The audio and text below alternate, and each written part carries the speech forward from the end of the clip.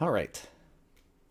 So picking back up at intersection one, I guess like there was a little bit more of an area to like walk to here, and it was just kind of interesting coming into intersection one because until you're right on top of it, like when you're on the ground, like I can be right here, and there's like no sign at the intersection. I think at some point when you're up in this tower, it looked like somewhat obvious that it might be an intersection, but unless you had some kind of like zooming going on, it wasn't necessarily like certain that that's what it was going to be. But then all of a sudden you come over this Yeah, hill and it's like, oh, it's the intersection. Oh my gosh. especially since it used to be that you always had the 3 by 3 hallways, Mm-hmm. and it's like, oh yeah, that definitely leads to the next area or intersection. But yeah, good kind This of doesn't have that. integrated visual design, something in terms of the terrain to make it so hidden until you're on top of it. I And think I should have made it more obvious, yeah, it, that it's an I don't intersection. mind it. I'm gonna talk about it later when we get to like intersection four or whatever. Like there were some things that were hard to find in this map, and I didn't mind. Um, and I haven't seen enough people get far enough in the map to see if other people minded it or whatever. But like I enjoyed just exploring the open world even when I was feeling lost. Hollow Knight definitely gives you some of that feeling as well, and I know I enjoy exploration maybe more than other people, so maybe people have different opinions, but I think it was all fine.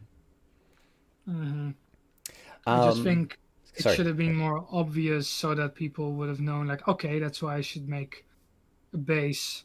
Right. So Because yeah, hearing some Let's Plays, in people terms would of have. making a base, yeah, I did see a number of people who kind of like failed to do it for longer than they should have.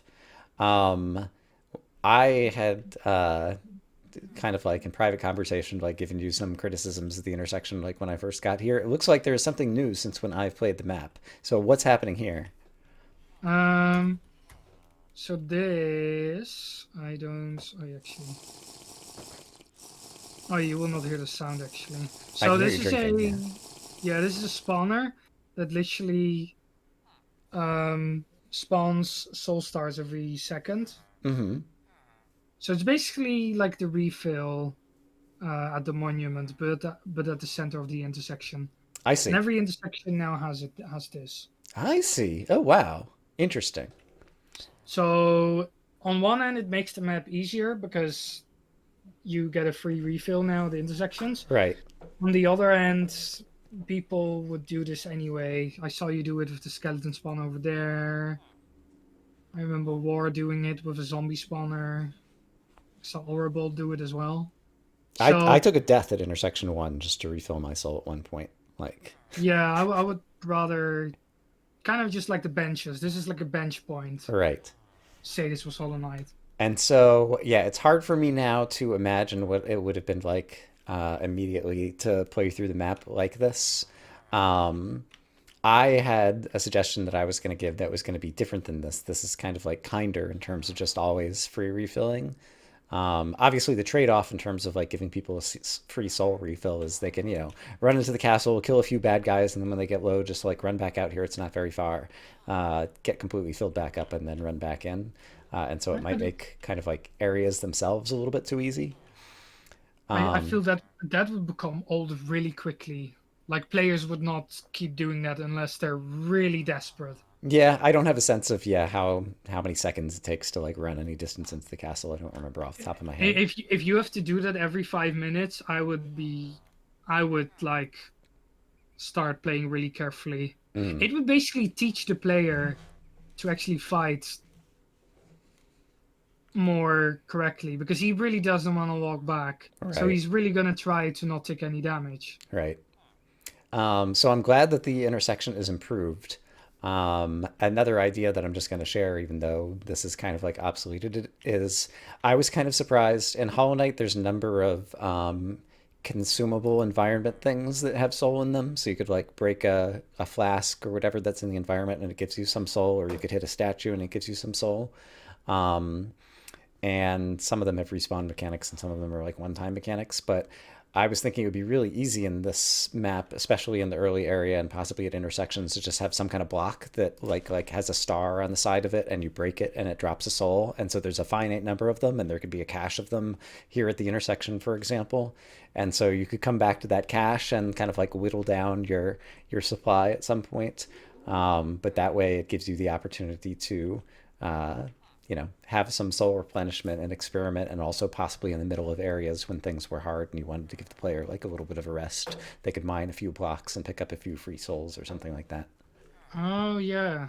Actually, I think I was talking to War about this as well. How I was thinking of using cakes for exactly like that. Like I would give a cake out and one slice would give back one soul. I see. Yeah, yeah, yeah. And cake basically It's um instant. Yeah. yeah, so you could Easy also to give out cake interact. as an item as well. So you Yep. could literally pop it down Oh, pop somewhere. it down so you could carry it around Yeah. with you even like as a soul replenishment item. Yeah, that could Something be an else interesting mechanic. you said that got me thinking. I didn't put it in this map. I had it in a mini map and some scrapped maps where you have the problem. Quite often people die, Uh-huh. or people who die a lot basically lose all their gear. And I was thinking you could have small respawn, small points that are kind of like loot chests, but it's just a pressure plate. And if you step on top of it, it will give you for that life only. So until you die, Mm-hmm. it will give you a set of items. And if you die again, you can grab that again and then go in again. Mm-hmm. So it's basically you raise the minimum amount of gear the player has. Got it. So yeah, and like I've even seen like Preox like build one of those things with dispensers or whatever in a pressure plate with just extra armor or whatever, so that if they needed to respawn and get back quickly, they step on the pressure plate and it equips them with a basic set of leather armor and a sword and maybe a shield or Yeah. something. Yeah, and I could even make them kind of gimmicky based. So say the first area, this is one of the scrap maps, you would there would be blazes in the area. You would get a lot of snowballs via those platforms. I see. And so you So could get snowballs to kill the blazes. right, kind of like specific area Area specific. related. Right. Yes. That's interesting. Yeah, that is an idea. I'm curious to see if there's like anything else that's changed here in the intersection. So another suggestion that I'm going to make based on The Oh yeah, seeing go people ahead. play is I do see that the vines are gone out of here. That's nice. Um, is to give people a bed here at the intersection, because I saw a number of Yeah. people quote unquote make a base here and still respawn back at the beginning of the map because they forgot that beds exist, I guess, or something, or I don't know what. But this was another thing that was just kind of like flabbergasted by the behavior of people I saw playing the map. So that would be a kindness when you have a place like this that you think people are going to establish a base, to explicitly give them a bed and maybe put in a chest if it's to just like prove that it's not a trap or something kind of thing. Yeah, on one end, I was thinking that. On the other end, I, as I said before, I'm kind of a fan of the survival feel. Right. And by giving everything out like beds at the Yeah. nice points, it really removes that feel. And this map in particular really doesn't have much of that feel of it anymore because it's very adventure focused and not survival focused. Hmm. Yeah. So I didn't really want to take that away either. Yeah. It is a trade-off. Yeah. I realize as I'm saying it now, some of what I am saying is a reaction to how people behave as opposed to a reaction to the map or something. Um, and Yeah, yeah. So, which is very valid. but yeah, it's interesting. It's noteworthy to kind of explicitly tease apart which of those it is or whatever. Yeah, I'm I kind of liked what you did in this chest. You've done it before. I think most people got the hints. Some people don't explicitly call it out in their commentary. That it's a crafting ingredient, and there's an arrow that's showing you that gold plus an apple makes a golden apple. And this is in the shape of it. Obviously, we don't have the textures on with the resource this pack or this whatever. will It's in the be shape of a chains. chest plate. Mojang, please chains. Why? So That's what are you another what are you item. saying about chains? Why? Like, I guess it The doesn't exist in the game or something, or I don't know. they there's chains in the game. But they're the hanging chains and not the chainmail chains. Yeah, well, they just steal all my ideas. Oh, Mojang got it. I flips. see. You had chains and then Mojang added chains. Got it. I had chains. Mojang added chains. I have amethyst. Mojang added amethyst. It's too bad you can't add a good inventory system. Yeah. Ooh, Gonna shut if up I before I were, say any more. Um, mm, gonna yeah. mod this game so hard. But this was a you found the intersection and finding the merchants. Basically, it made it clear what the money was going to be. Unfortunately, it's kind of just a fluke of how the UI on the inventory works or whatever.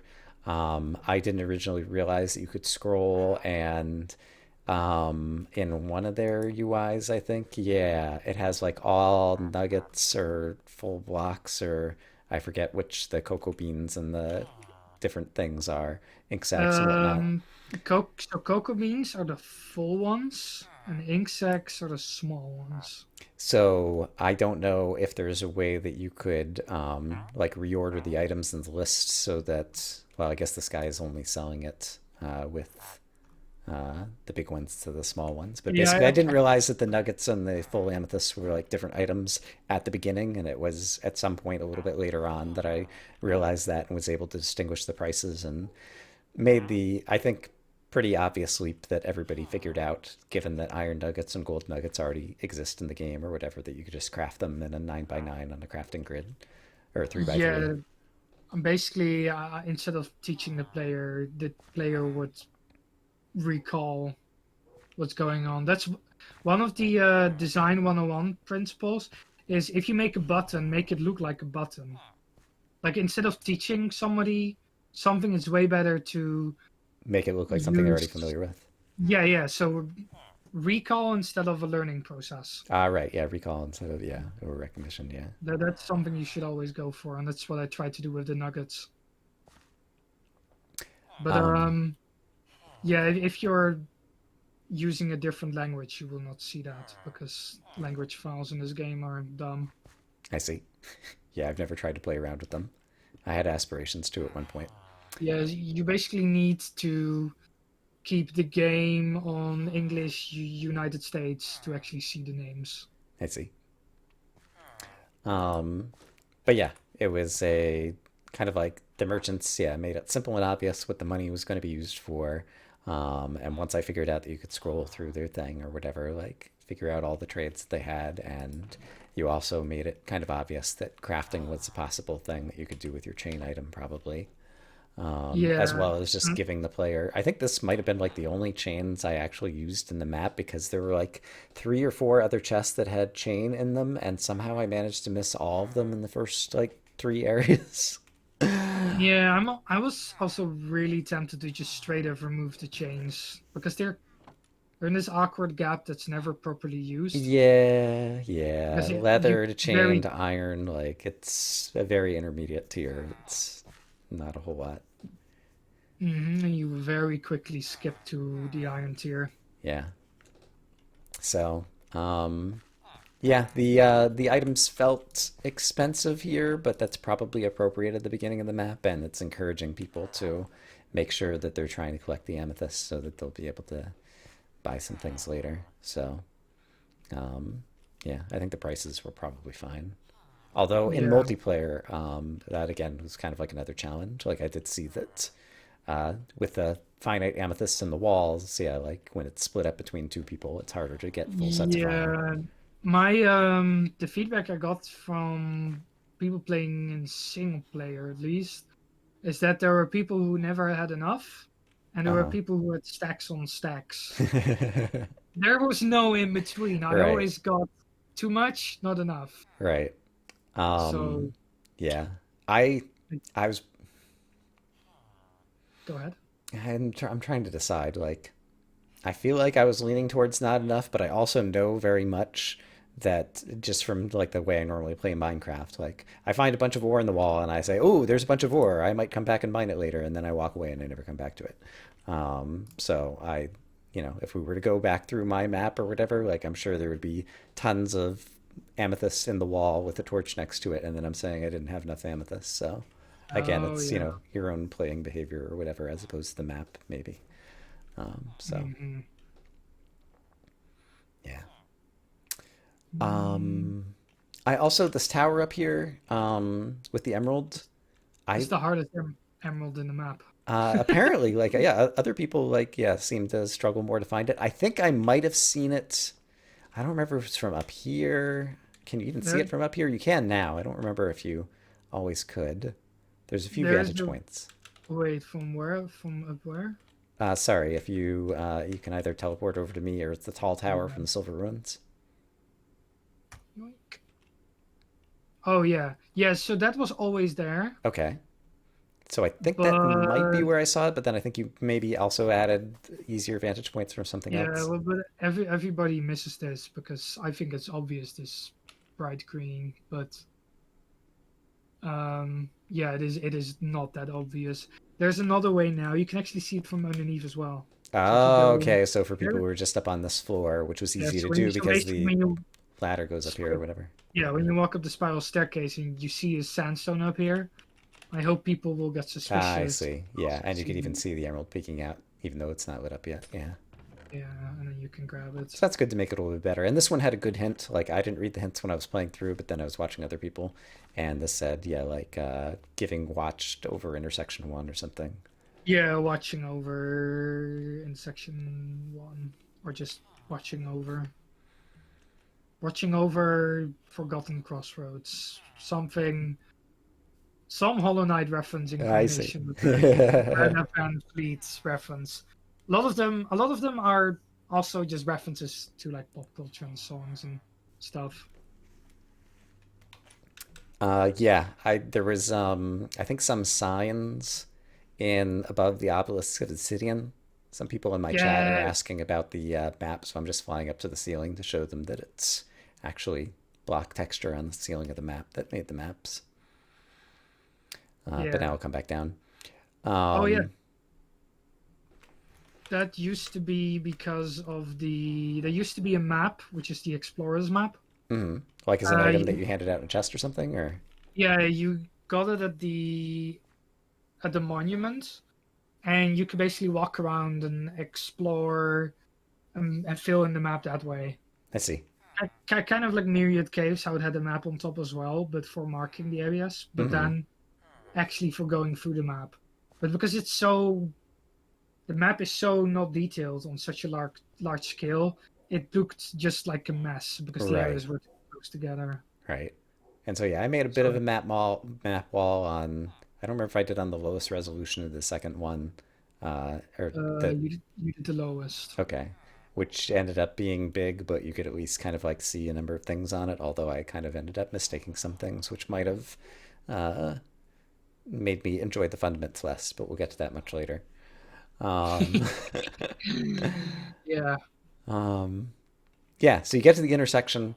The castle looks like the most, I don't know, inviting, iconic, kind of like fun looking place to go and explore.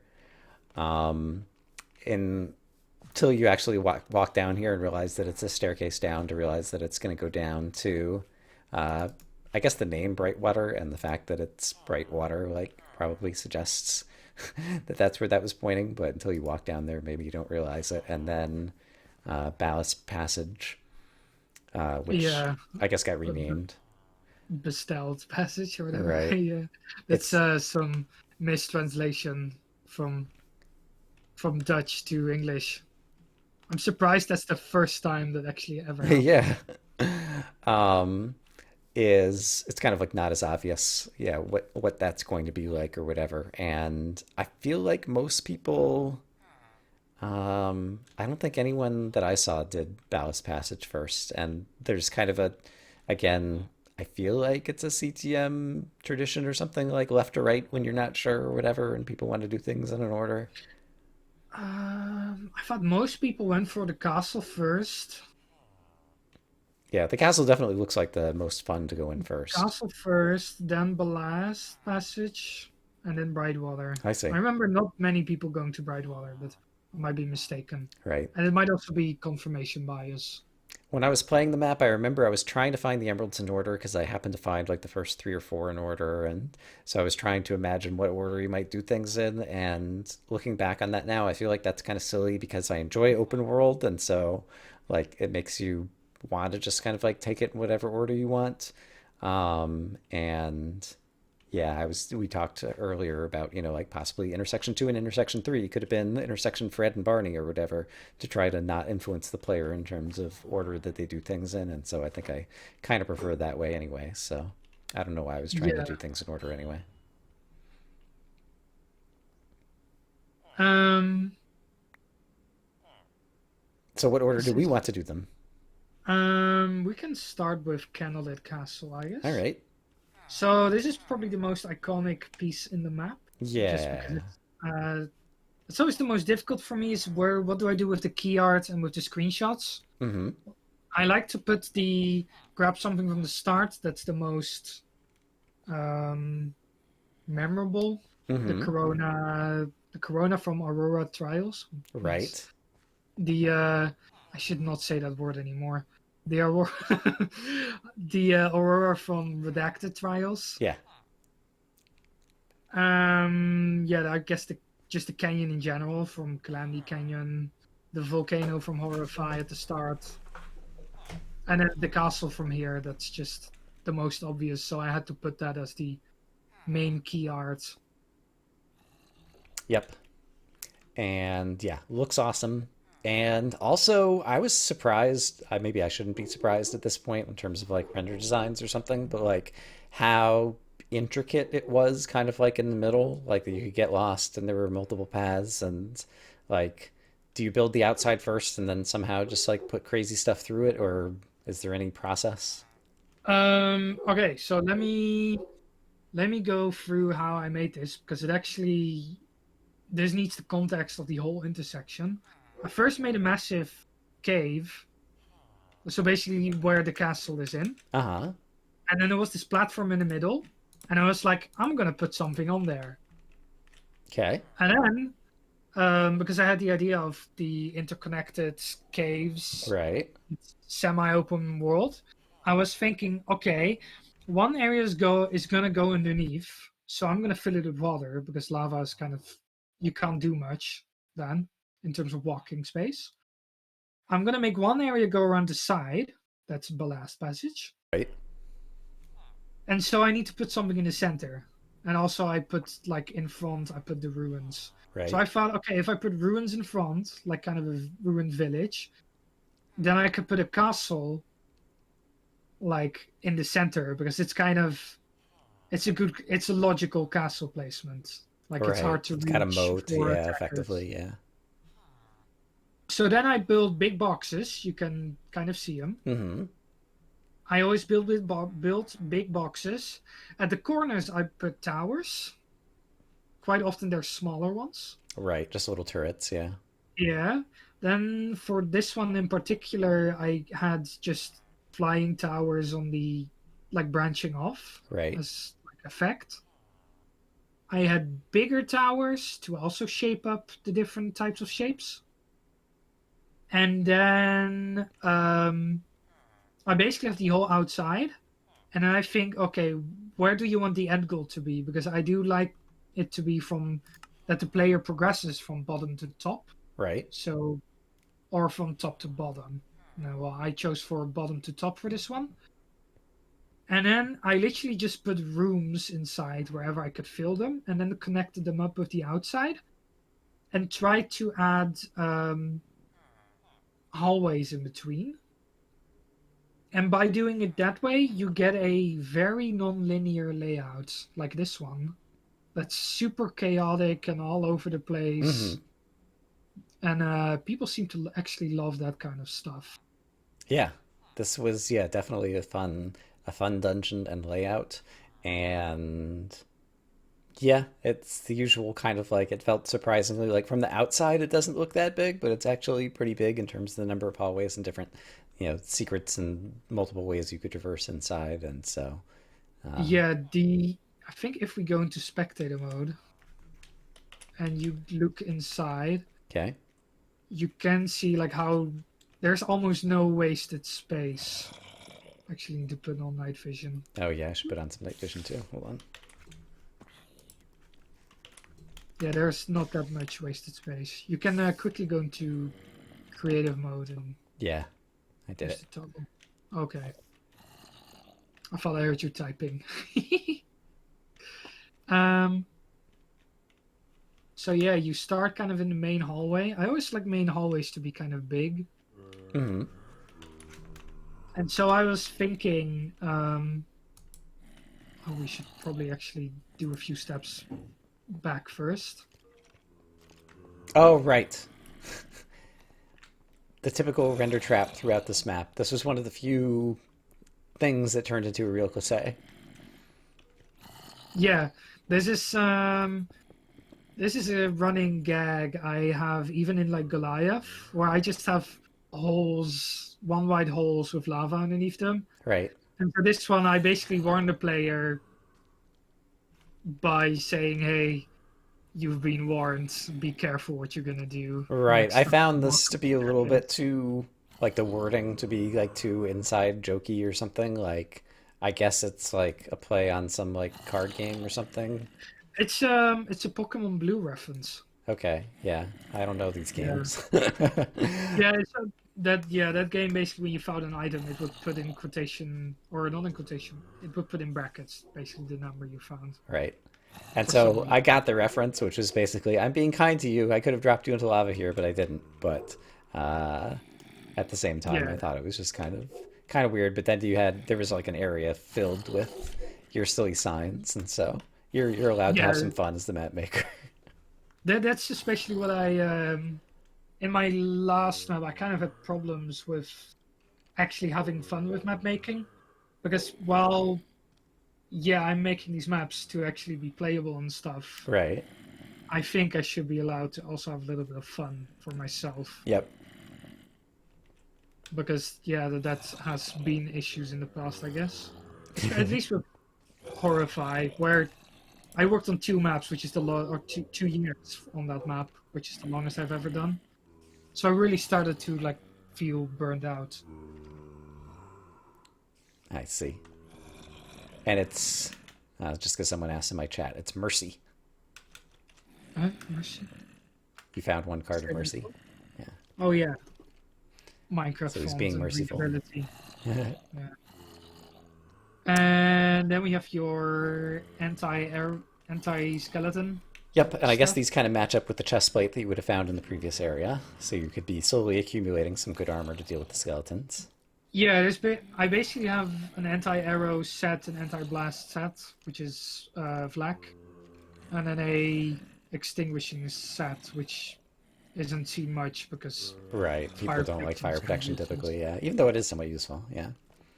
Yeah, in limited cases. And then we're in the main hallway, and So without I night vision on, yeah, I don't know. I think I might have seen one person who noticed the gravel that was up here to find the emerald that way.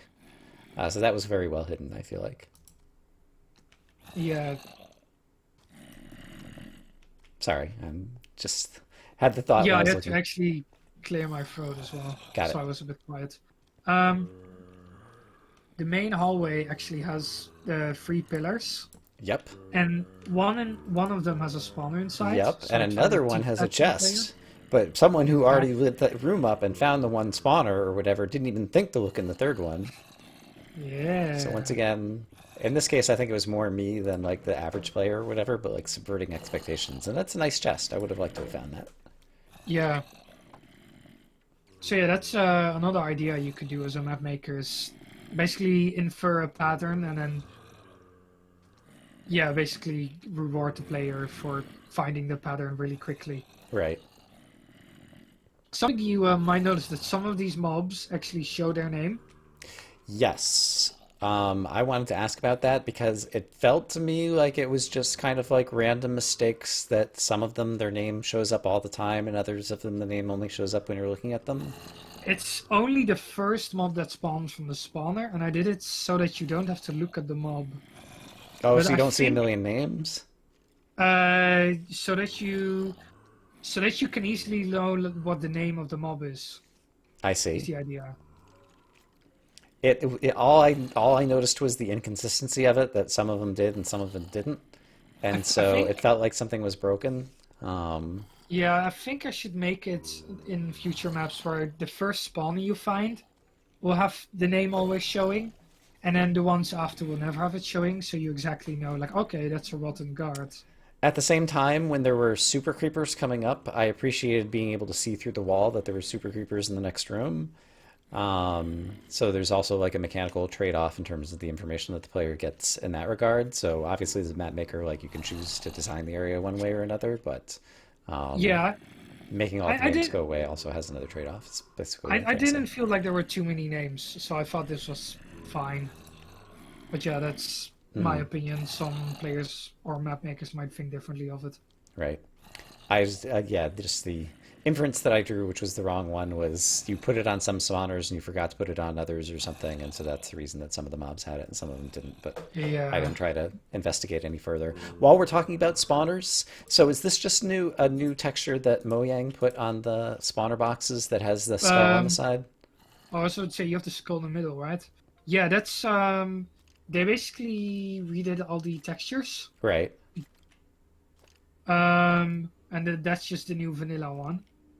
I I have a see. resource pack that removes it because I think it's Yeah. dumb because you You cannot can't see see the the. mob. Yeah, exactly. And so, yeah, I was going to suggest that, yeah, if you're doing data packs, which you almost certainly are, because there's so many other things you need to change in data packs, that's one thing that I would Um, definitely revert or change so that you could see what was inside. I was going to joke, I think in the entire map that I knew like what was in like 8 of the spawners that I broke out of like the 10,000 that I killed or something. I'm Um, actually gonna quickly write that down as well because I think that's a good idea to just put in the map. Right. While you're talking about resource packs, since you like using Rails, and I like using the Rails for transport as old school as Oh well, if yeah. you can just change the Rails sound and like turn it down by like 95%, that would make it so much better.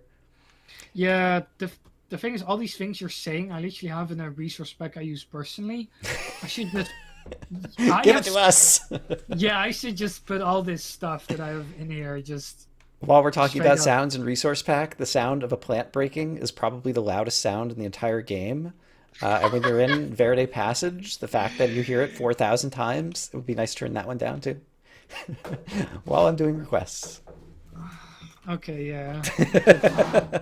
I'm not actually super annoyed by that one, but I do agree actually. I mean, it's so much louder than so many other things. I mean, you break a torch or you hit a zombie, and it's not even as loud as, "Oh my gosh, I touched a plant.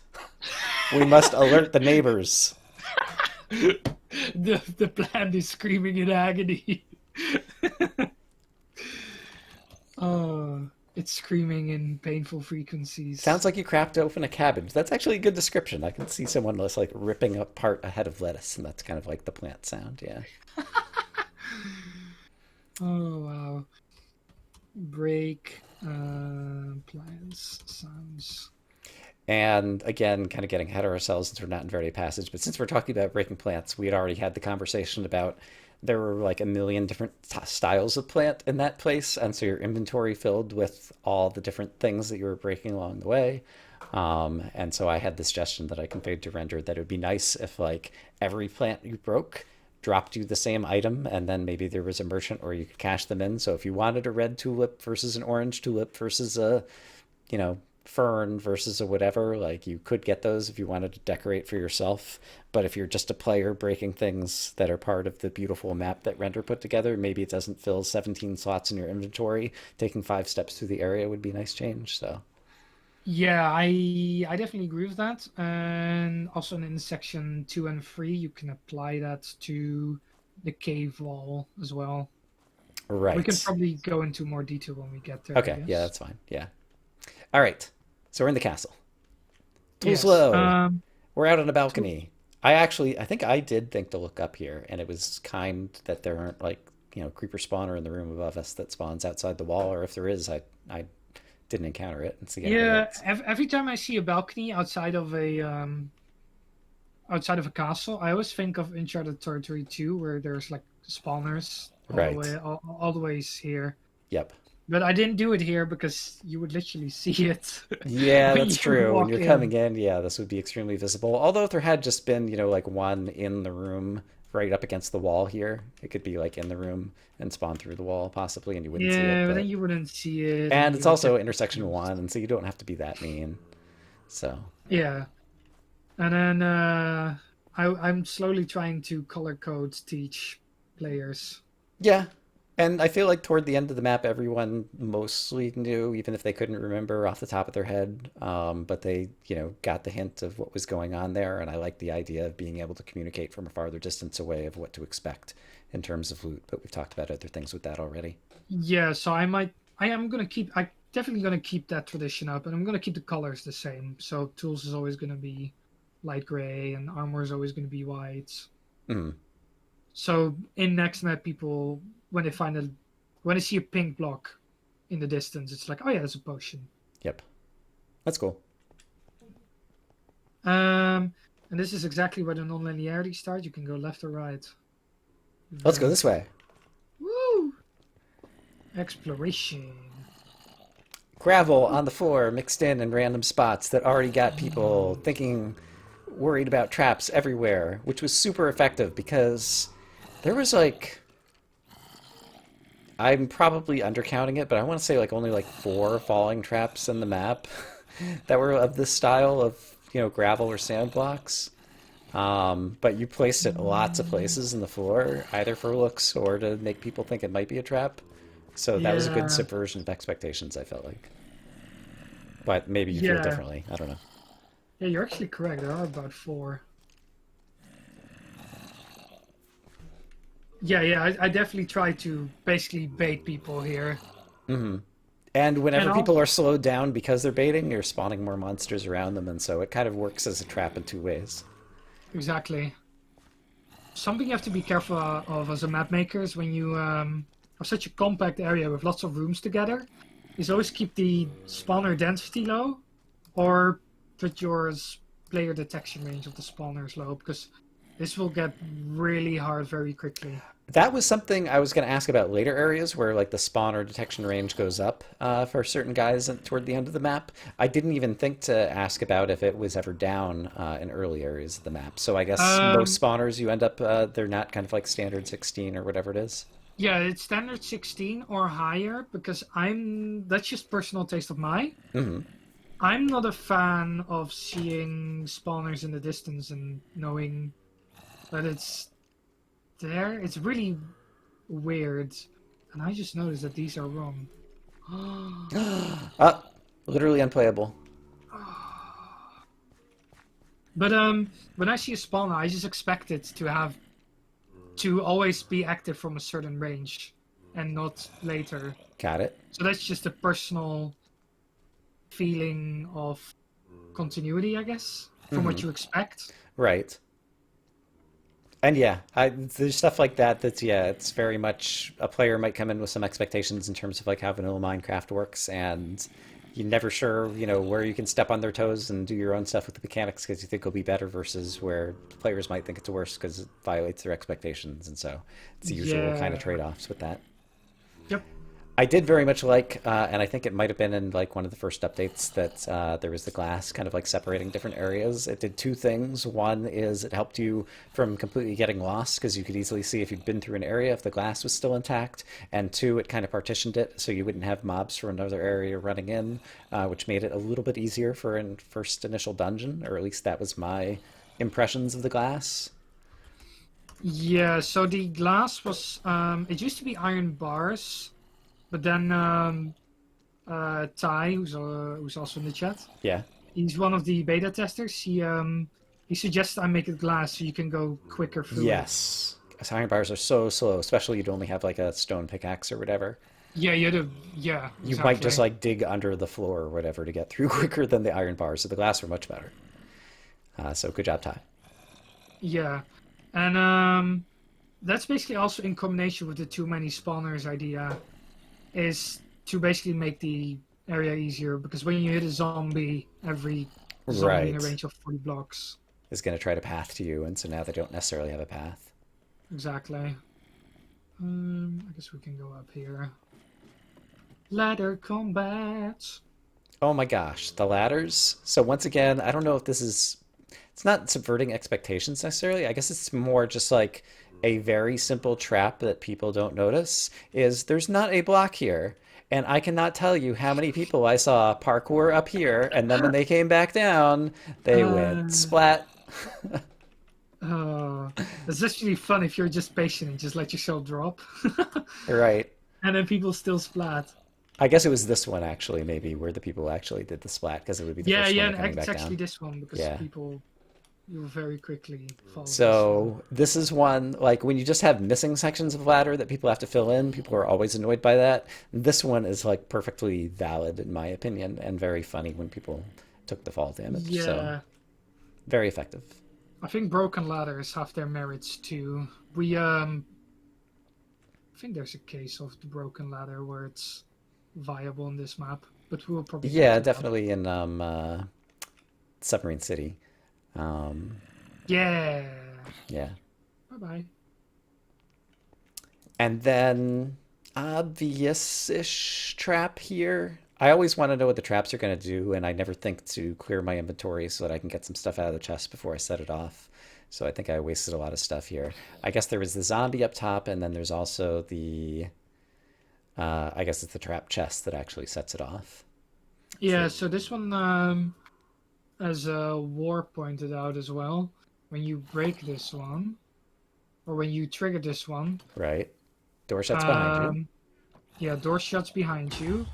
It doesn't just straight up kill you as well. Like it does a lot of damage, Mm-hmm. but it also drops you in water I see. when Down you a different survive. area. Yeah. Because quite often the first blast will blow up the floor and won't do much damage to you, Right. and the second blast will do some damage. So you probably have a few hearts remaining if you were full, I see. and then you will land in the water. And so, just in terms of stitching the areas together, you talked about how you built the castle. Like, did you have to do anything special to ensure you were going to land in the water here, or did it just kind of work out that way? Or, I had the ring island down there, and I uh-huh, just moved it over. I see. Okay. So you did just do a little cut and paste job to make that fit together well. Yeah, that's quite often I have ideas, and then I see one, and then I think of, okay, how could I connect this? Oh, if I move this here, and quite often that's easy enough to do quickly. I So then see. it's worth it. Neat. Mm, so yeah, that was this tower. And then this tower is kind of copy pasted over like 3 or 4 times, as you can Yeah, see. there was one back here that was very similar in terms of the trap, except for this one had a tripwire, I think, over here, and then some redstone or something. I don't remember exactly. Yeah, it's tripwire. Yeah, yeah. Yeah. That iron door was already shut, right? It was shut, yeah, and so I just Yeah, broke it open. yeah, so the idea is you break the So you iron won't see door the and it, tripwire, and you'll just be walking through. You'll be like, pop, pop, pop, yeah, pop, pop, and pop, the pop, broke it.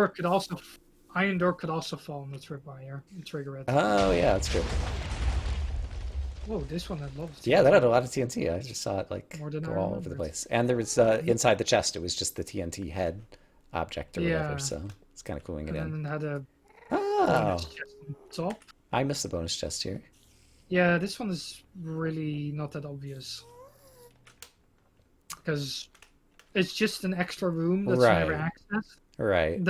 That's a secret I like to do a lot as well. You see windows that are still dark Uh-huh. after you explore everything, but there were torches next to this one Yeah, too. the Emerald and Submarine Castle was kind of along that lines as well. Yeah, and Kind kind of of like, the diamond. Oh, that's not you. I oh. saw a name zombie and I was like, oh, that's Brian over there. I want your Yeah, brains. yeah, get away from me. Um,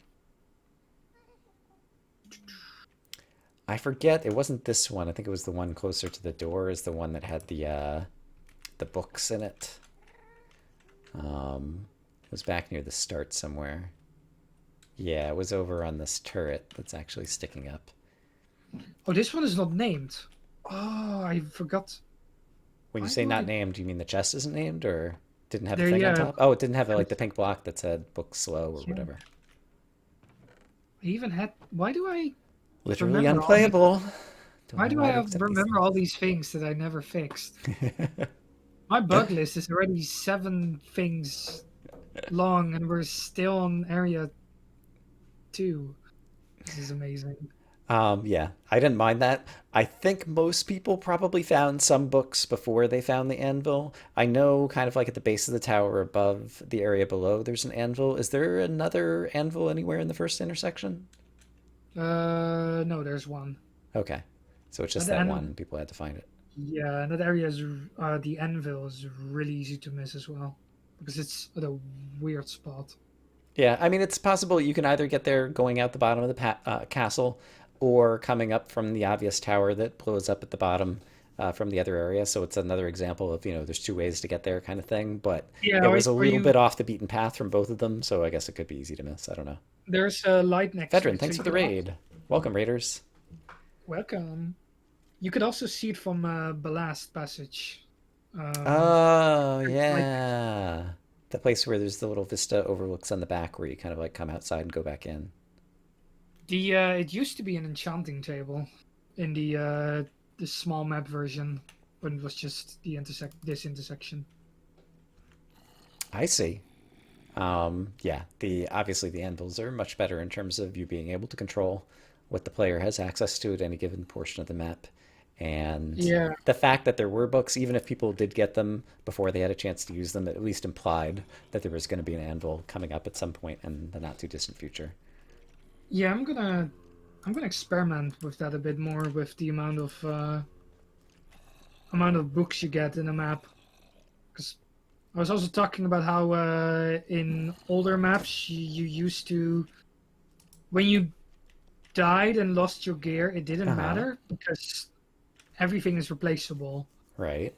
In this game, if I make an or in this version, if I make a nice diamond sword and or just an iron sword, Right. I have tons of iron, but it has this really high level enchantment that's harder to replace. Right. So what if I make sure that almost everything is replaceable? Then really dying and wiping doesn't really matter that much anymore again. Yeah, it kind of conflates, yeah, the things that we were talking about in terms of like players being able to choose their different play style if they want the risk of wiping versus if they want to just be able to keep their inventory and never have to worry about it. And so it kind of changes that from the death mode mechanic to the how the items are presented in the map, possibly mechanic or something. So again, more trade-offs in terms of what the map maker chooses to do and how it affects the gameplay. Yeah, and it's also that enchantment tables. If you once you get level 30 enchanting table, the map becomes easy mode. Like Yeah, every map yeah. becomes easy mode. And so I did appreciate the fact that you didn't make the bookshelves craftable and you had to buy them and they were expensive because that really did. It gave you the flexibility to start getting some of your own enchantments and doing enchanting stuff that you wanted to do, but still limited you in terms of not being able to get super overpowered easily. So Yeah, that was a good way exactly. to That throttle that back. the bookshelves that was basically idea one of them, and Mm-hmm. idea two of the bookshelves was um, to to give it a to make the bookshelves so you have a long-term goal for money. I Because see. I can give out all this money, but like, what are you gonna do with it if there's nothing good? Right. Yeah, any game that has a currency kind of thing or whatever, you almost always need a money sink. Um, Exactly. And yeah, it doesn't always have Legend to of be game mechanical or whatever, but that's a good money sink for Legend of Minecraft. Zelda. I like the rupees they have in that game, but quite often many of the games, except for a few of them, really have problems with keeping the interest in. Hey, I need money actually there. Right, Because near the end of the game, you're like, I don't need money anymore, and then you just reach the cap of money, and that's it. right. And then you're like, ah, not more money. I don't need that. Yeah. And so Hollow Knight, it was like, oh, we added unbreakable charms, and now when you thought you didn't need any money, now you need 45,000 more. So enjoy the next 10 hours of gameplay. Yeah, exactly. And it was more like an optional thing. Yeah, exactly. It was, I mean, So that's basically, anytime it's a money sink, like, it's nice if there's some optionality there. Ty is pointing out you could also throttle the uh, enchanting based on lapis. And Although that's there's basically what I did as well with the enchanted books. You get like, this guy's rocking out. wow, he's having so much fun. He so the enchanting books in like the in section 4 trader, there's like protection for, sharpness Right, 4. right. They're relatively expensive, but the real end goal one is like a full stack of Yeah, like mending is like normal. 7 or something, and yeah, some of Yeah, them are really so expensive. that's 63. So you need 63. So that's like, I don't expect people to actually like get that. That's basically as like a long-term goal if you really don't have anything else. Right. Yeah, so that was good. Yeah, and it's just another benefit in a big map like this of having a currency system is, yeah, you get, again, that flexibility for people who are going above and beyond and collecting every last amethyst or whatever, like they have something they can spend it on. And for people who leave it behind, like, yeah, it's not something they necessarily need to get through the map anyway. And Yeah. it's also gives people leverage. Like if you're someone who's struggling with the map, like you could make a grinder and you could grind a bunch of amethyst and you could use that to upgrade farther than you normally would be able to, or get back a bunch of gear that you might have lost or something like that. So it just gives people flexibility. Hmm. Um, do we have other points to talk about in the castle actually? Probably up top. There was definitely kind of like the climb toward the end where there was kind of a bit of a linear climb. You get up to a certain point. I think there was like a creeper spawner here and then another one right at the staircase here. So Yes. they made this portion troublesome, especially because it was stairs. And so an explosion in flat terrain is a little bit of an annoyance. An explosion in stairs makes it even that much more difficult to traverse. And on top of that, as you're getting up here, the ghasts begin to spawn. And I guess there was just one gas spawner here. The spider You jockeys are on the opposite corner. Oh, there are two? you had two. You had two. I removed one of them. I see. Okay. Was there Because another people one that start. used to be on this corner here? Yeah, it was Okay. there or it was here. Okay. The I don't spider exactly. jockeys are kind of on the opposite corner, and so until you're kind of like up onto this platform, you probably haven't spawned very many of them. But the distraction to the creepers probably means there's a ghast or two, and yeah, the ghasts, depending upon exactly where they wander to, they might be just kind of they make you feel pressure, but don't actually cause that much turmoil, or if they do start seeing you and firing, they can actually be Ghast, somewhat of a threat. ghasts early on are quite often people are like, "Well, I'm only in section 1. How could you use ghasts?" Yeah, you've done that before. I mean, I remember in Calamity Canyon, I think the first dungeon had a gas spawner at the end of it. Yeah, just And the scare factor that they kind of bring with them. right. And in this there's a lot of open space in here, and so they could fly around like Calamity Canyon. It was very limited, and so basically if you were standing anywhere, you'd be able to get a line of sight very easily to it and just kind of take it out. So they're not a super threatening enemy. But still, it just kind of like made you feel like you had more pressure up here, and it was very easy to come up here and Yeah, break the and spawner. it's exactly like Ty says as well in the chat, is ghasts are just less. They're more of a putting pressure on you than actually trying to kill you because ghasts aren't really that dangerous unless Right. they're on the same Y level. Right. And you That, did that you did you did make them more dangerous kind of here as what I guess it's not netherrack, it's these things. I was gonna say if there's yeah, netherrack interspersed on the floor, it means there's gonna be more permanent fires, which can throw that's the on player off. purpose. Exactly. Yeah. But anytime there's the checkerboard floor with different blast resistances in an area that might suffer explosions, that's another way just to make the terrain more dangerous from creepers and ghasts. Yeah, then you should realize that I'm going to try to blow out the floor from underneath you. Right. And Spider Jockey, like, I feel like these are kind of underused. You had Spider Jockeys in a few places. They're also guarding the anvil. But yeah, it was nice to see a Spider Jockey spawner, and this seemed kind of like an appropriate spot for it or whatever.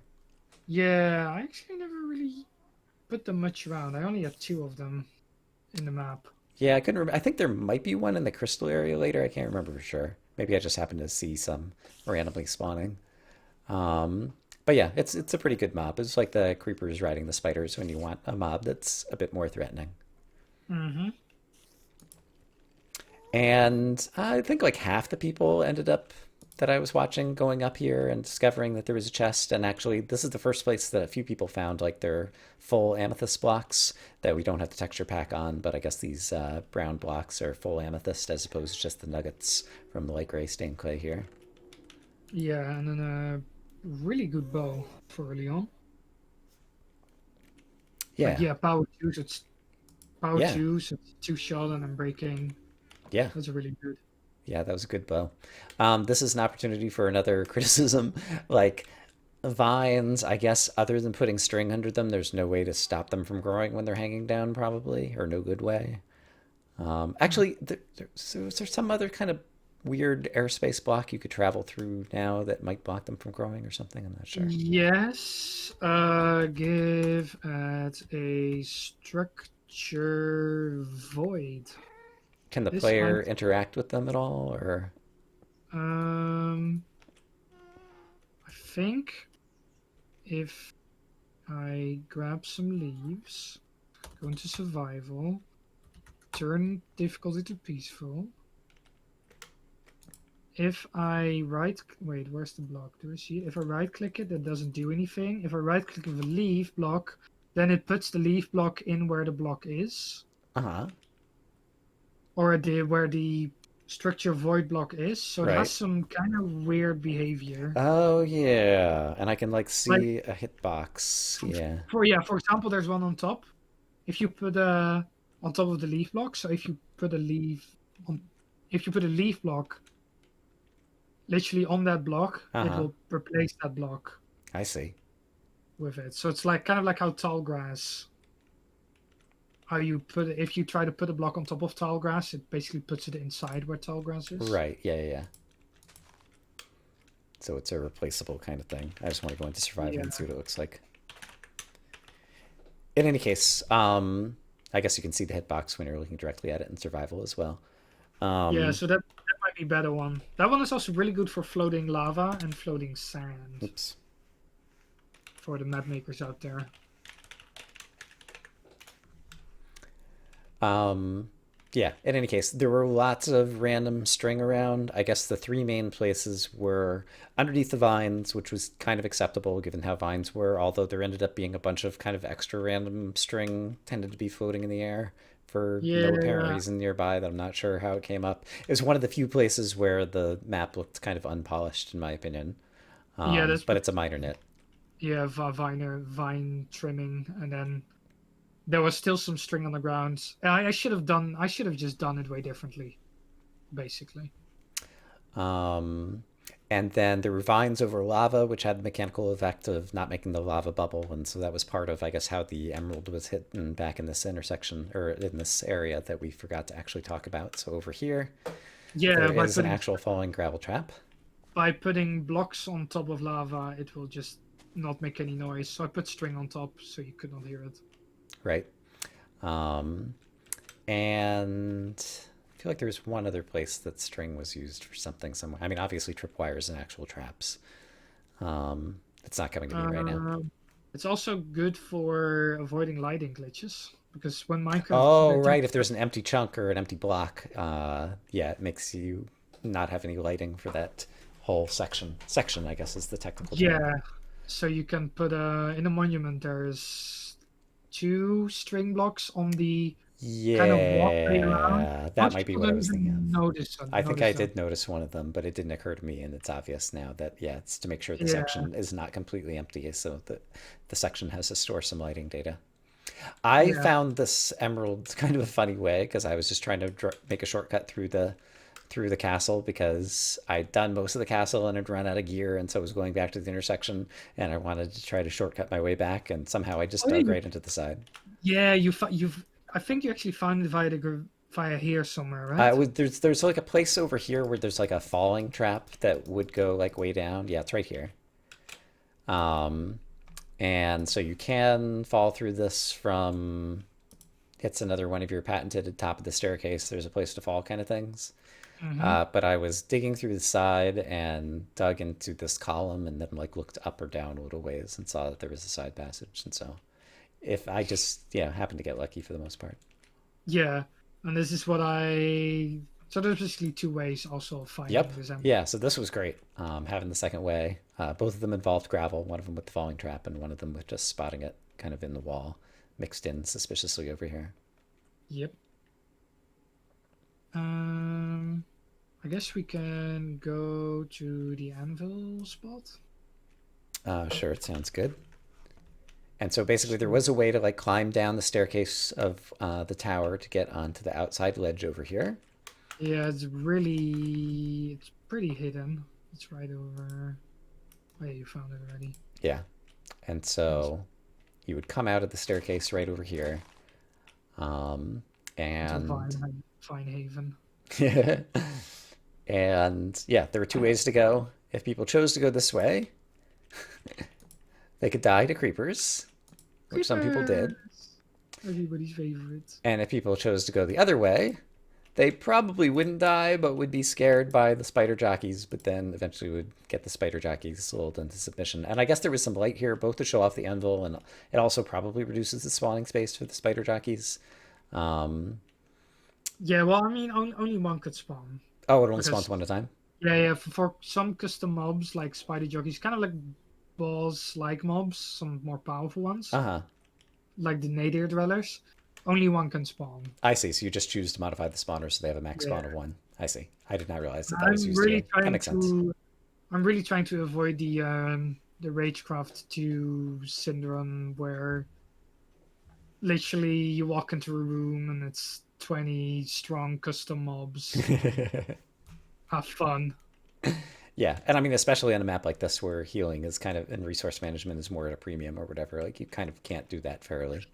Yeah, that's some really the way I can make this more difficult is by giving out by throwing less zombies and spiders at you, because the map. Oh, right, they're basically your healing items. The healing is basically how many mobs can you kill versus how many hearts can you lose. Right. And if I throw skeletons at you, you're gonna lose way more hearts than that you're gonna kill skeletons. So it's gonna become more difficult. Mm-hmm. Same for cave spiders. That's Yeah, I hadn't thought about that in terms of, yeah, just kind of how the overall healing mechanic kind of affects the map design and affects how you can design the difficulty of the area. But that makes perfect sense.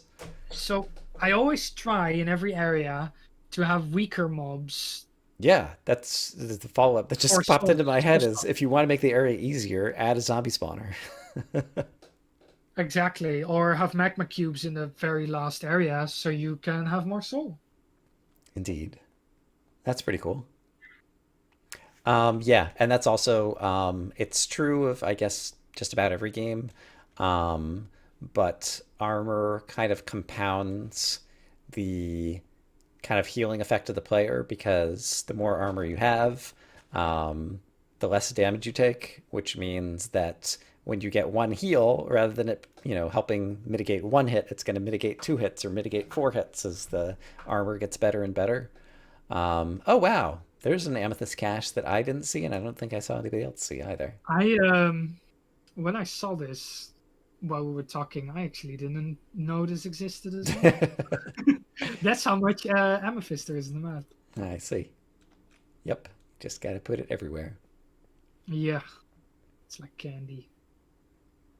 Yeah, natural spawns. You'd get a bunch of zombies from natural spawns also, so yeah, players could leverage that. And I guess I hadn't really thought about it. If anyone did the castle first, and when they were coming out here, they would also see the tree with actual leaves over here. And so if they were in their quest or sapling mode, this might be the first place that they spot as a place to get it. Most people, is it most? A lot of people, it did seem, decided, hey, we're kind of skipping areas or whatever, but like this tree looked really big, and so it's probably a trap. Yeah. I mean, it is trapped, right? Yeah. Right. And yeah, it was once again subverting expectations. Like the base of the thing is, I guess it's about the same size as the island, and so, but it was big enough that there could have been TNT in the base. But instead, at this point, the TNT trap was as you start mining up the stem, you would break things open. And Yeah, and then it often worked out that, yeah, people ended up with saplings in their inventory anyway because you blew up so many leaves. And also there was a chest, I guess, that had saplings in it. Yeah. I think actually this trap. I don't know if it was a myriad or my very first map. There was the But, tree in Goliath, and then I think you repeated it in Myriad, possibly. yeah, I'm not sure if that one was in the floor or not. The one in Oh yeah, I Myriad. don't remember the details of exactly. I think both of them might have been in the bushy part of the tree. I can't remember for Yeah. sure. But yeah, it was also meant as a throwback because I like making throwbacks to previous I maps. see. Just Yeah, yeah, it's good for people who um, played the previous map. It's kind of like an inside joke at that point or whatever. Yeah. yeah, and then there's a sign saying Right. "Your princess is another castle." Yep. Mm, So when you were in the castle, or even when you were in intersection one, you could see over to the mushroom area. Are there any other things to say about the castle while we're here? There's one other thing I want to say, which is there is the place where the creepers fall out of the ceiling in a not obvious spot. It's on the other side from here. Do you know okay. the spot I'm talking about? Yeah, give me a bit. I was writing down something, Okay. something to fix. No, don't look. Where were you talking about? Right here. So if you want to teleport to me if you don't see me. Oh yeah, the drop This creeper. creeper spawner was very was very naughty. I think it Hmm. surprised a number of people.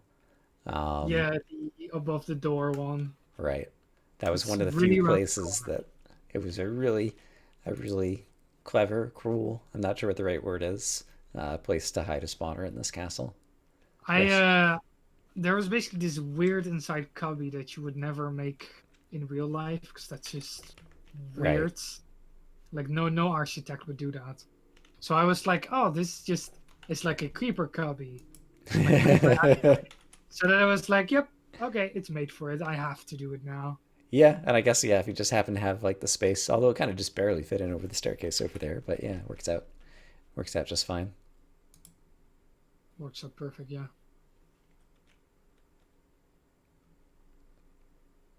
I guess that's all I have to say about the castle. Apart from that, you can actually see the second bonus area from it and some iron ore Yes. Where are you at? Hold on a second. at the top. And I was trying to be kind of obvious with it because there's light coming down on top of the iron ore over I see. I where. did when I was up.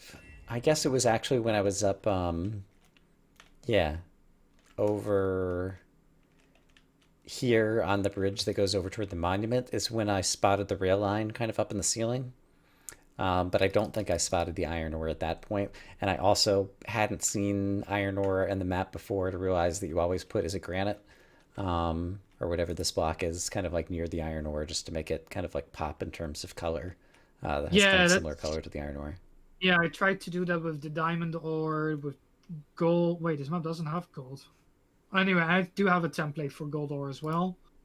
Um, coal is always in andesite. So say I use sandstone as a base block, it would still be fairly gray. So it would always kind of pop out Right, with more color. right. And I kind of borrowed that from I think Sea of Cinders did that. I see. Um, yeah, you might be right. I did play that map, I think, but I don't remember.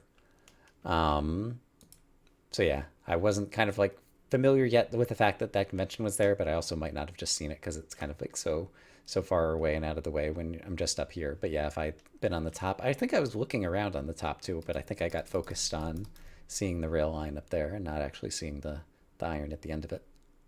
Yeah, it might be that it's just not obvious enough as well. For like, hey, there's something here. Come look at it. Yeah, a number of people we said from the beginning, like a number of people like found the bonus area right at the beginning, but I think I was the only one I remember, maybe one other person who like actually like noticed the rail line up in the ceiling and was trying to just I built straight up from the That tower in order to get the there. real line used to be used to not be there. Oh, So yeah, in the very first few versions, so it was actually really hard to find bonus area 2. So did you add the kind of connection between Basalt and bonus area 2 that went all through here? And then I know you also added like another thing that went into the monument. Yeah, yeah. So the monument used to have, I think, just the blocks chest because I liked blocks chests at the monument Right. for building, and it used to be zombie spawner, and now it's like a hidden vine way that goes up into this walkway above. Yeah, I'll just go into spectator mode so people can see. Yeah. So yeah, there are now basically three ways to get into. I guess four ways if you count seeing the So yeah, iron just seeing ore it from castle. from the castle or whatever and just building through the air. So So you there are could do four that. ways to get into. Oh, there's a fifth gravel trap here. Where are you at? Hold on. At the entrance of two. Oh yeah, this one got me too. I forgot about this one. And this Uh, one was really naughty because I basically put it like, oh hey, look, there's a secret like going this way. that's You not should how it find got it. me. That was me saying, You got, you I'm got to scared do. of this. And so I want to, I guess it's, did I think I might have dropped by accident or something. So I like explicitly did this in order to break this down. But I didn't see the secret because I hadn't walked over there on top of the gravel first. And so I was like, this is just a dead end. There must be something down here. And so I went down to the bottom and there was nothing down there. And I And then had you to saw like, the wood block from over here. I, I don't remember, like I had to come back later in order to like find this area. Oh yeah, Oh yeah, you got spoiled by watching. I think Preox That might because have been it. Yeah. they did find the entrance from over here, and then found it this way, and then you basically had to stop That watching. happened fortunately only a couple of times, I think.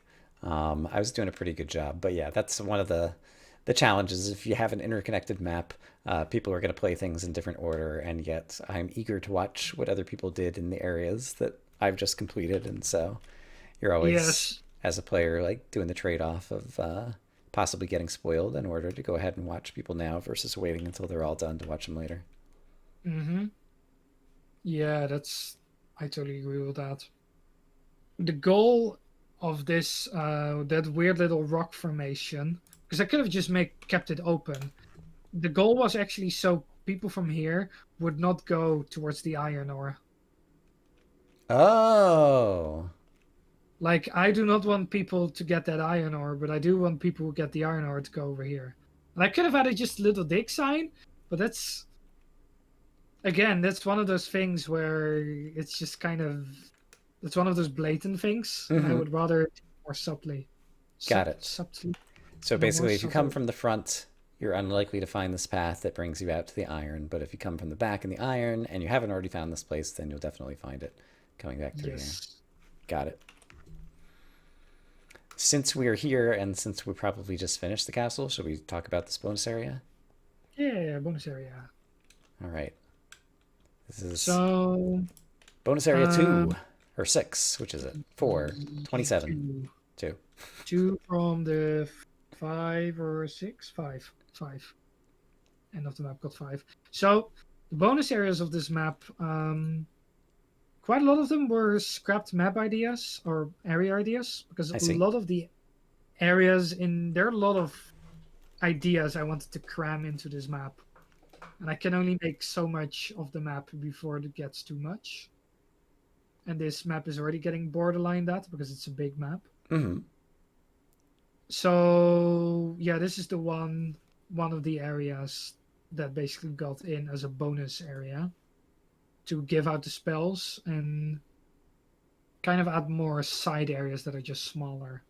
Right. Did you have like a number of spells and you're trying to figure out where to put them in the map, or did you have these bonus areas and we're trying to come up with spells or loot for them, or Um, I had five spells if you negate the first one.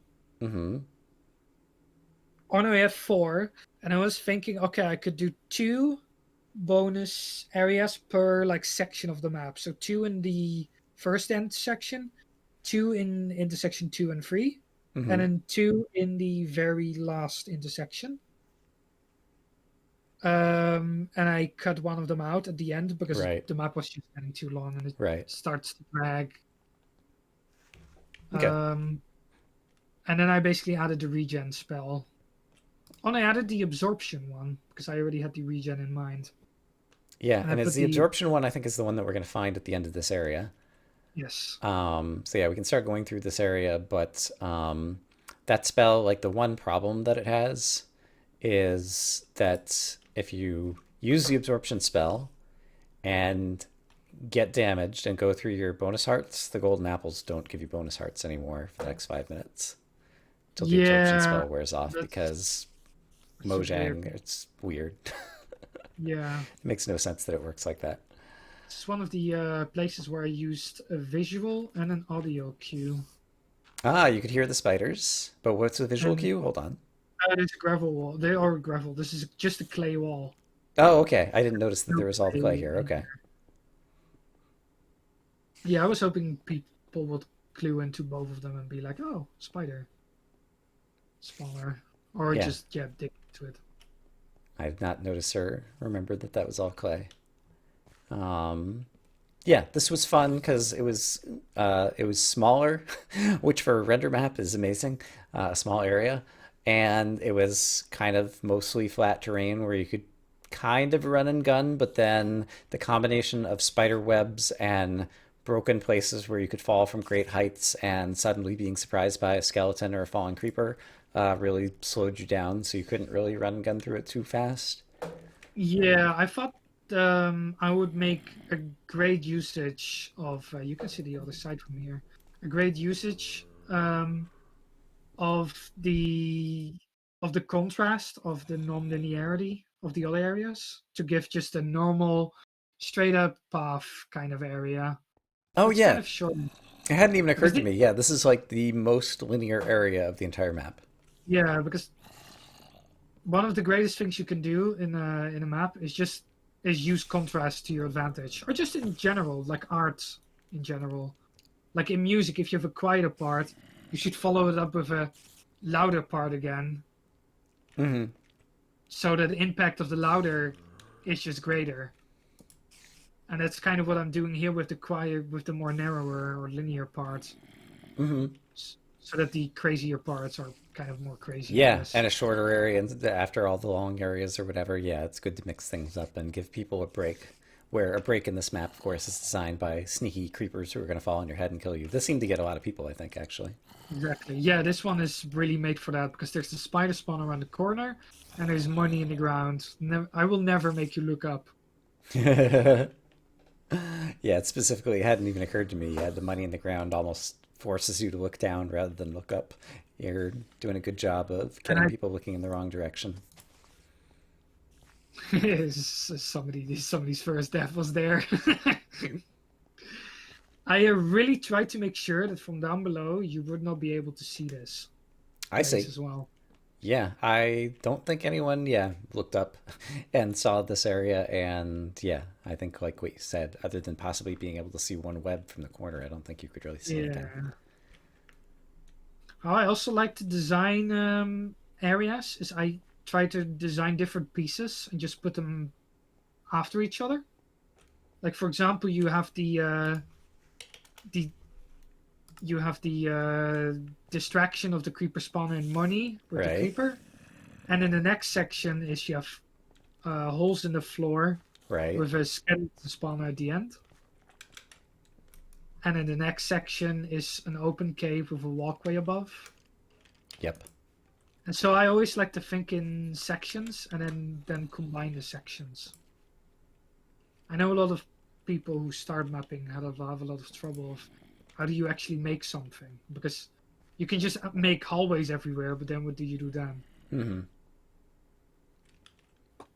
So yeah, try to just think of different ideas and then put them in different sections and then combine them. Yep.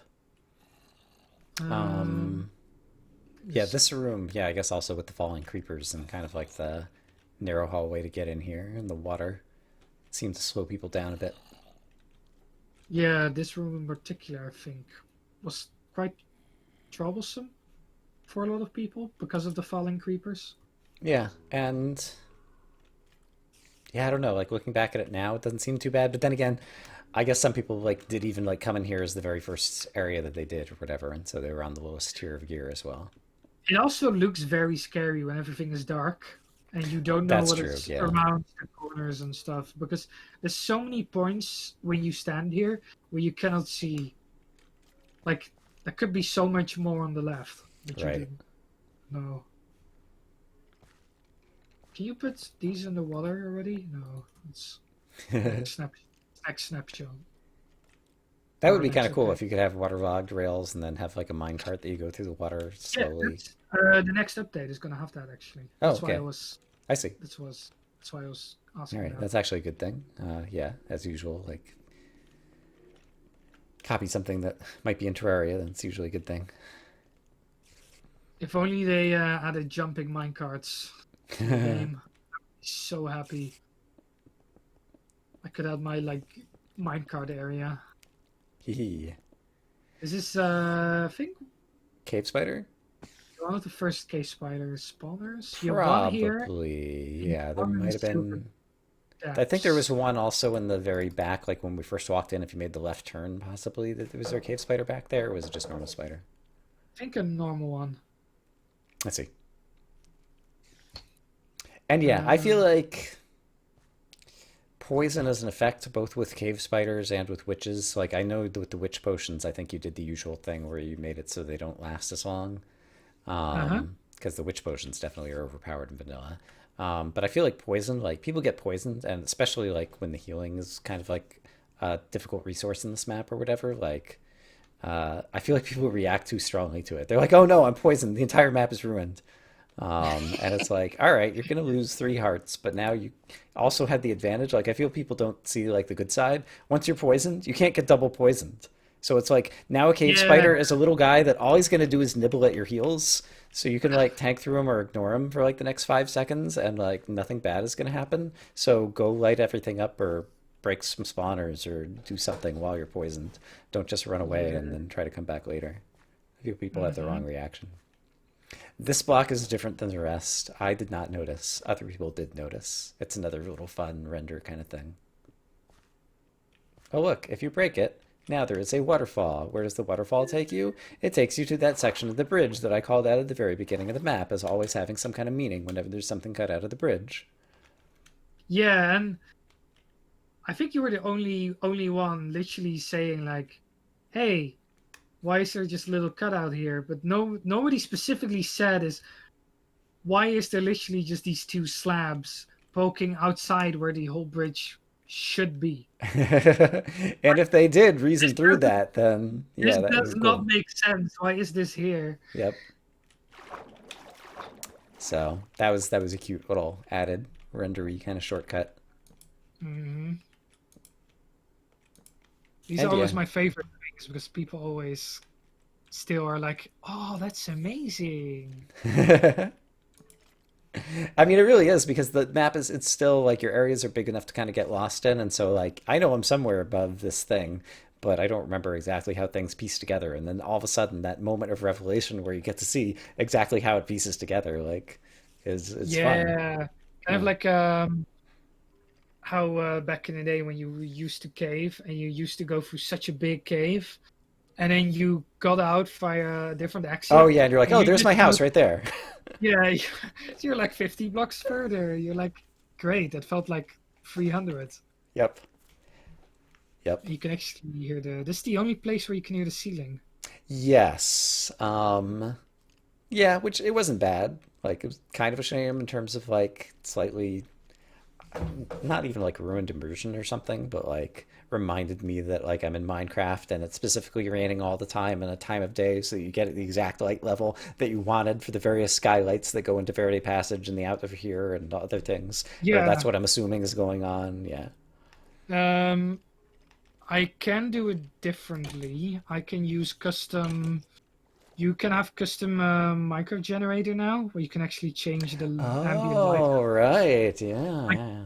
remember how you use, and it's actually like, cause it's like world generation and all included and stuff. So you can make the small biomes and all that jazz, and you can change the natural mobs that spawn.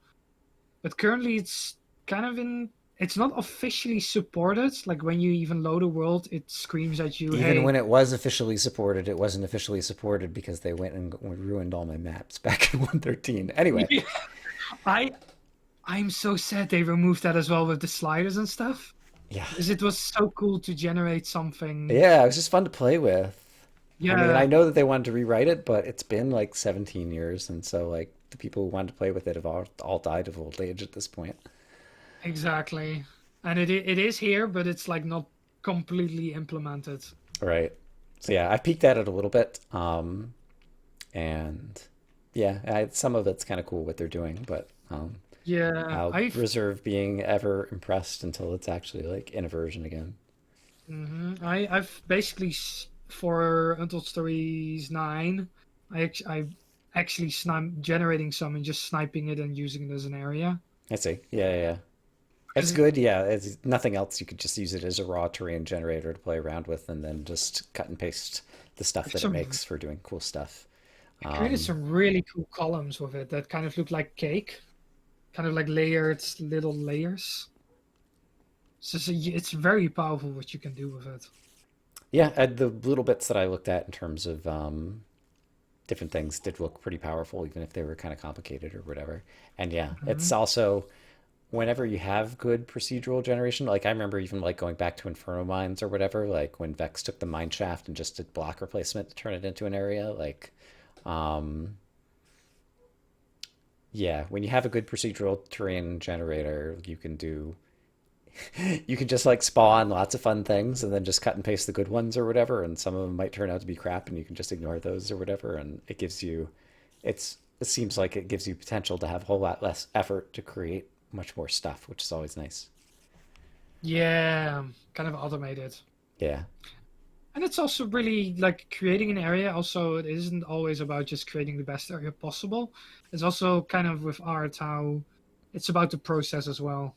This sounds kind of abstract and maybe a bit art snobby to some people, but I think it's really also on if you use a different tool to create something, Hmm. it's gonna feel and look different. So it's gonna be unique in that sense. And Oh, I see what you're saying. it's not gonna be the same castle area over and over. It's gonna feel different, gonna play different because you made it differently. Okay. So the process really matters. Is kind of what I'm also getting at. Okay.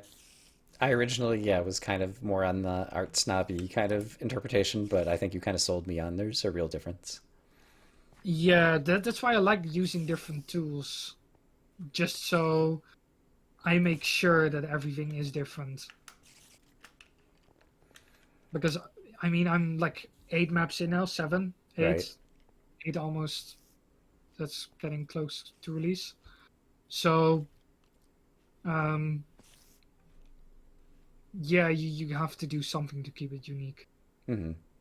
And then here we have the So flask. yeah, we skipped to bonus area one, but if we had seen it already, by the time you got to a second one, you'd realize the pattern of each bonus area has an emerald and some kind of new potion flask thing. Hmm. And yeah, this one, the flask of absorption, I used it a little bit.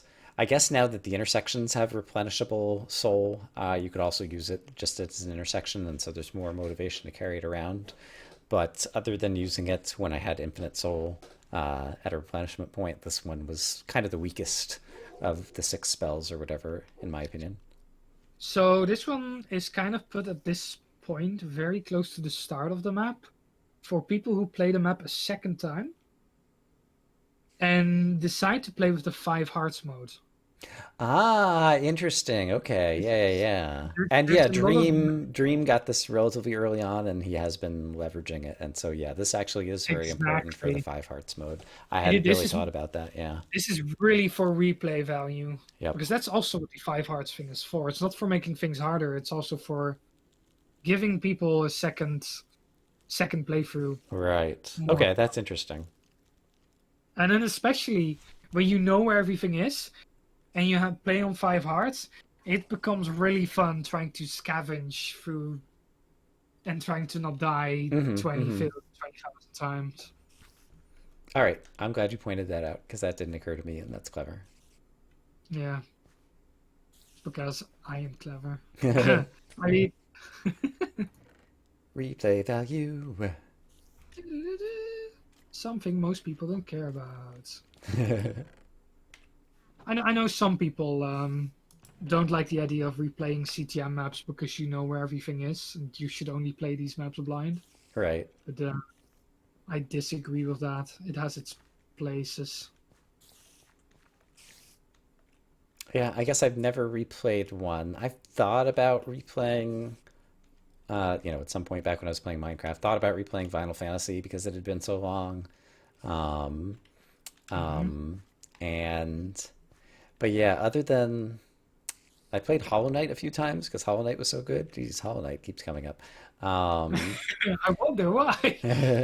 but I can't think of I other took games that are like that that have like lots of secrets and surprises and exploration that I have replayed, unless it is, a roguelike procedural generation that's going to be somehow different the second time around. But yeah, doing the five hearts and having the absorption there gives you a different play style in terms of, enjoying that aspect of the map, even if you already know where things are going to be located. Yeah, just the whole map changes.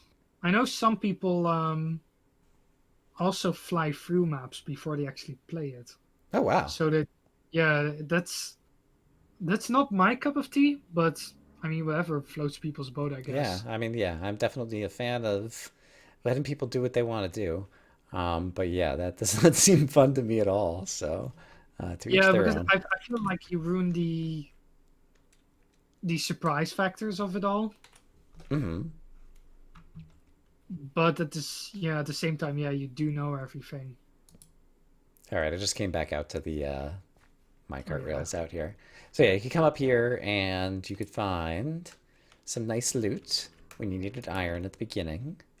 Loot. And of course, the nice loot when there's this much loot has to be guarded, but it was guarded in a pretty trivial way. Mhm. It was sufficiently uphill that it could still like overwhelm some players. I can't remember if anyone actually died up here that I was watching, but like definitely people got a little bit surprised by the zombies, or maybe they found one To at the spawners and then started mining and then got surprised by the other one. Yeah, I think I was watching Kaizo Caverns by Zisto, Uh huh. I've and then watched that only 30 times or so. Yeah, go ahead. you remember the little coal part in Starlights? No, when Cavern of Sky. Oh, against the left wall when he comes in, Yeah, or yeah, down towards the slime. Yeah. very close to the monuments, and basically there's these little cubbies with like Yep. spawners inside. Yep. That's basically what where these came from. I see. Okay. Yep. Yeah, he was like tunneling down like a staircase, like just like 2 blocks to the side of it or whatever, and he was hearing these monsters so close by, and then all of a sudden he saw him. Hmm. And yeah, I mean, kudos to Vex back then, like realizing that anyone in their right mind would go all the way across the side of the cavern of sky just to get that thing of coal. Yeah, especially in a map that didn't really have much coal in it to begin with.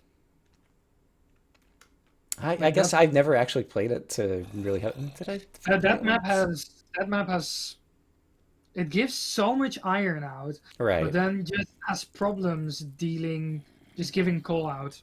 And I guess charcoal was already added though, and you did have a sapling already from the first intersection. Yeah, So I guess it was trying to make the player burn charcoal, but I'm not a fan of charcoal.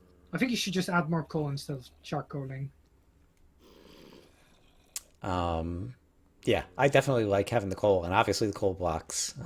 Wherever you got that idea, that was great. Um, I smell some irony there. and yeah, and so that was one of the things that I did mind because obviously, like torches, torches, torches. Um, everyone in the Torches, chat who torches, has torches. it needs to spam. Oh no, that's sorry. It's only 8-Bit Dame probably has a tier 2 subscription right now, and I have torches on my tier 2 emote on Twitch. Um, um, I have to go do it then. Chat, hold on. Torches, torches, Torches, torches. I torches. like crafting torches because I like to play so many torches. Yeah, so I appreciated having the coal for all of that, so I could get things nice and bright. Mm, brightness. I use a lot of torches in this game as well. I'm one of those few people who actually light up everything they can find whenever they play CTMs. I see. So Yeah, yeah, yeah. I like yeah, having the area lit like mm, not quite to Zisto levels or whatever, but pretty close. I'm full on Zisto Okay. levels where I can light up the entire East and West Commons. Oops. uh, but And yeah, I guess no one would find the back of the stalled passage like backwards no, this way because it's there really is a one-way kind of thing that you wouldn't see. But I guess it's just these two yeah, blocks. it's Yeah. these two stone blocks. That's one of the one way. There's another one way one right here. Oh, to get to the monument passage. Yeah, or yeah. So this one is always from the monument. Got it. So there was a skeleton here, right? Was there another mob here? Oh no, you punched it I off. punched it Never off. mind. Yeah, yeah. I was about to say. Um, yeah. So lots of one-way And yeah, hallway. that also yeah just gives it a nice Metroidvania feel and is the yeah easiest kind of old school way to just to do the one-way passage that can come to a very obvious point, which is unless you just happen to dig through this exact point in the wall, you'd never notice it was there. Yeah. Exactly. But yeah, you can say that for everything. I remember showing my very first map to like the one of my unreleased maps Uh-huh. to a friend of mine who was playing it. I was like, "Look, I found this teleporter," and it was like 20 blocks buried, really high somewhere up in the wall. I was like, "Come on, man! I know players better than that." That was like so like nobody would ever find that. Right. But yeah. Let me see. We got the whole upper parts. Yeah, we could do Brightwater. We could do the first bonus area. I guess probably Um, those two in that order might make sense. this might be a good stopping point as well because Oh we've been yeah, going we have been for going for a quite a while. That's a good point. All right, things to come back to in the future. This is going to take a while. This is Um, gonna take quite a while, More but I do content enjoy this. for the folks who enjoy it. And yeah, I'm enjoying the discussion and um, hearing about lots of different things in terms of the design considerations that go in that I hadn't thought about before, and I thought about a lot of them already. So there's a lot that goes into Mhm. map making. All right. Join us next time on lecture 2 of our free how to make a map design course. Ah, but yeah, I hope people enjoy With it. Dr. Brian Logan 111 and And Dr. Render renderXR, CTM map maker extraordinaire, of Untold Stories. and sadist. I don't know. Sadist. Sure. This map wasn't too bad. I enjoyed this. It was maybe slightly longer than I was hoping for, and just the right difficulty, I think, for what I was hoping for. So this one really hit the sweet spot for me, for the most when part. when you actually I think it was Calamity Canyon you said was perfect. Uh-huh. And then when I basically finished this one and I released it, and then I think Mark told me that you were really thinking about going to play this one. I Uh-huh. was like, I'm scared that he will say something about the really long length about this map. I see. I guess But it was just that good that I wanted to play more of it. It did get long near the end. It was also the case. I don't know if you saw the Domes of Doom, like all of that, or if you had stopped watching my playthrough before this. I think I skipped over that I see. part. In the Domes of Doom, I did have some fun moments, but I was also a little under the weather by the time I got to that, and the map was it was just getting to the point to where I was kind of ready to be done with the map. But yeah, the Domes of Doom was possibly my least favorite area, although it had some good things too. I don't know. We'll get there when we get there. But yeah, just to get a sense, like if this had been 16 rather than 18 disc objectives or whatever, like for the quality of the map, that was about what I was in for personally, I think. Yeah. Um, I think that also has to do a lot with the pacing of the map. a lot of these areas are really small. No, not really small, but like by most CTM standards, some of these Right, are pretty small. right, And it was also done on purpose. Where, for example, the castle, you can complete that in half an hour, but last passage as well. And basically having shorter areas where you get discs quicker is better than having areas like Myriad Caves that are just too big and the map just feels like it's dragging and dragging on. right. Yeah, so I see what you're saying about pacing there, and yeah, and then the bonus areas with the emeralds also tended to be small, quick areas, like even kind of late in the map, and so you could feel like you were making progress in terms of named objectives on the monument with a small investment of time, and so that's definitely good.